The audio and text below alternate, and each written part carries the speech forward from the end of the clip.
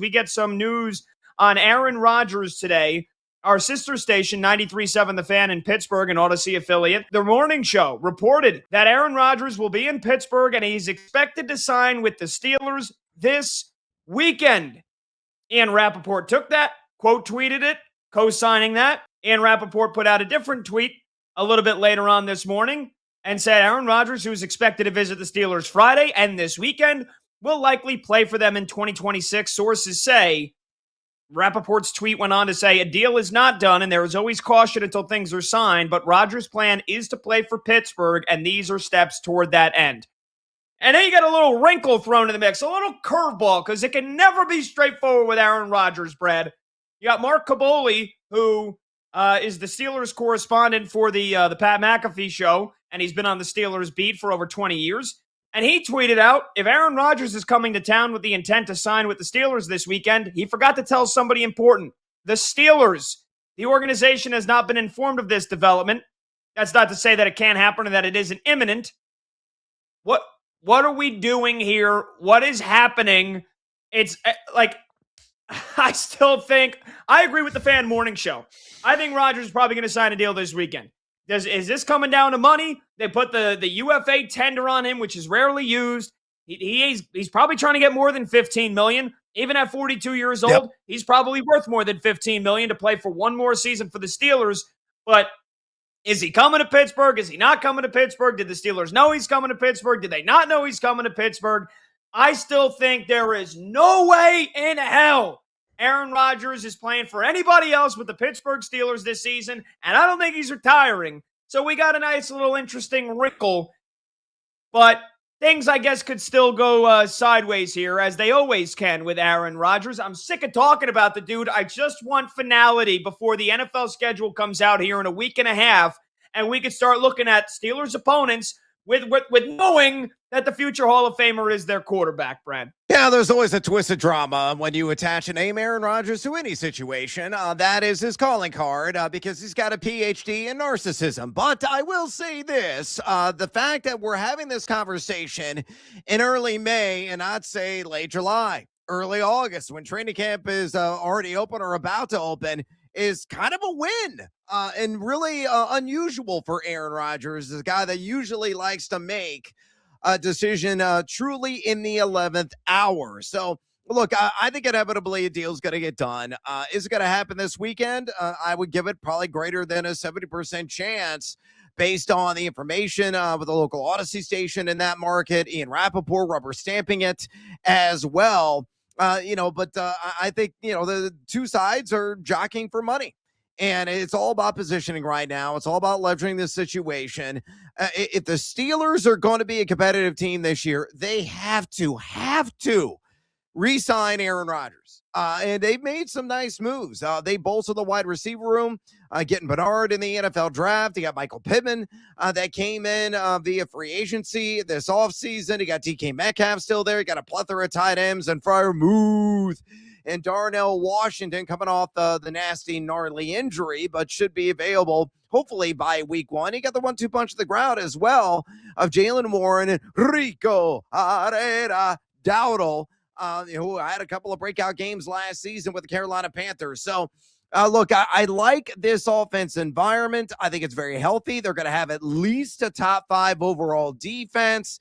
This should be a wild card team. Should be. And all Aaron Rodgers got to do, coming in at his advanced 40-something age, is just be a plus game manager. You're not looking for him to throw even 25 passing touchdowns. You're maybe going to get 21, 22 passing touchdowns and not turn the rock over consistently and lean on the ground game and lean on the defense. Again, it's a winnable situation. I know we've got coaching turnover, the Mike Tomlin out, McCarthy now in. But Rodgers, again, with the flair for the dramatic, he's going to drag this thing out as much as humanly possible. But again, with it being a victory, we're having this conversation early May. I think a deal will get done imminently, and hopefully we'll be able to put this to rest come, I don't know, Monday morning. But what Monday morning is it? Is it going to be this Monday or Monday in August? To be determined. Brad, I got to be honest. I think the longer this has gone on, I know I'm annoyed by it. I can't stand talking about the guy with the uncertainty about whether or not he's going to be the quarterback. And I've said it. I think they're going to be a playoff team with him. I think they can win the division again. I think they win 10 games. And as easy as it is to hate Aaron Rodgers, I think at this point, like I'm appreciating he's riding off in the sunset. We know this is it for him. This is the last year. If he's playing, this is it. There ain't gonna be no 2027. There's no shot. This is the final year. It's just simply impossible for him to play in 2027 at a starting caliber rate. I'm kind of appreciating the riding into the sunset.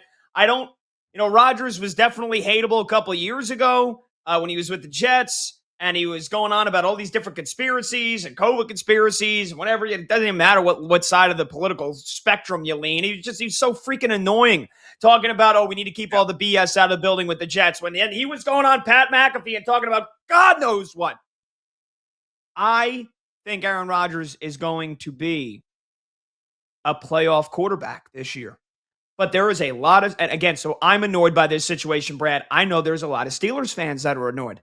I know there's a lot of Steelers fans that are probably like, you know what? Screw this guy. Give us Will Howard or give us Drew Aller, and let's see what we've got. Why are we wasting our time again here in the in football purgatory, where you're not bad enough to tank and lose, you're not good enough to be a Super Bowl contender, and you thought maybe you would have ended that when you fired Mike Tomlin, and now they bring in Mike McCarthy, who is also a guy that kind of lives in football purgatory. I got another conspiracy theory about the Rodgers thing, or at least that what I was thinking, is that Rodgers, maybe one of the couple of reasons, I think money is probably what it comes down to, which is crazy, for a guy that has said, I don't know, play for the league minimum or whatever. It's coming down to probably an extra 10 million bucks, right? 15 million, it would be the minimum for him. And I think he probably says, can you give me 25?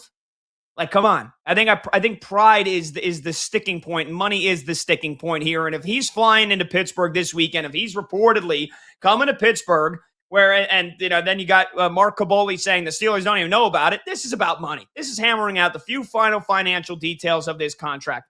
But I did think maybe in the back of my mind, I was like, maybe he's just doing all this. He knows he's going to reunite Mike McCarthy. We know it didn't end well in Green Bay. But they're going to be coach and quarterback yet again here, like a decade later. Maybe Rodgers is doing this just to make Mike McCarthy as nervous as he possibly can that he might not come back, and then Mike McCarthy's going to have to deal with either a rookie quarterback or a quarterback that's never played before, or Mason Rudolph, which doesn't give you a great shot of winning. And Mike McCarthy's probably like, come on, Aaron, can't you just end all this fussing already and come play for the Pittsburgh Steelers again? But Ray Fittipaldo, who covers the Steelers for the Post-Gazette, and he goes, he reported the one person that probably isn't annoyed by all of this is actually Mike McCarthy. Whereas Omar Khan, the Steelers front office, Art Rooney, they're sick and tired of it. All the Steelers players are sick and tired of it. Mike McCarthy, according to Ray Fittipaldo, is probably like, whatever, man. I already want to take it. Go get a lollipop down on the street, and then you come down and talk some football. Like, I just can't believe that this has continued to go on. And this is probably, to bring it back, this is probably just about an extra couple of $1 million of what Aaron Rodgers thinks he can get here from the Steelers.